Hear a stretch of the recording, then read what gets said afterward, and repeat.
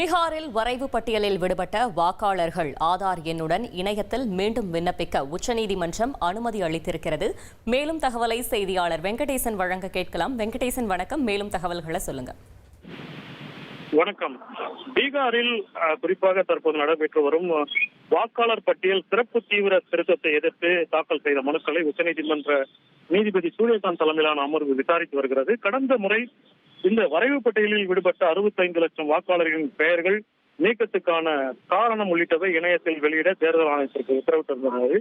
இந்த உத்தரவுகளை ஏற்கனவே தேர்தல் ஆணையம் ஏற்று செயல்படுத்தியுள்ள நிலையில் இன்று மீண்டும் இந்த மனு விசாரணைக்கு வந்தபோது இருதரப்பு வாதங்களை பதிவு செய்து கொண்ட உச்சநீதிமன்றம் பீகாரில் வரைவு பட்டியலில் விடுபட்ட வாக்காளர்கள் ஆதார் எண்ணுடன் இணையத்தில் மீண்டும் விண்ணப்பிக்க ஒரு அனுமதி அளித்து ஒரு உத்தரவை பிறப்பித்ததுடன் வரைவு பட்டியலில் விடுபட்ட வாக்காளர்கள் மீண்டும் விண்ணப்பிக்க பீகார் மாநில அரசியல் கட்சிகள், குறிப்பாக பதிவு பெற்ற அரசியல் கட்சிகள் உதவுமாறும் கேட்டுள்ளது.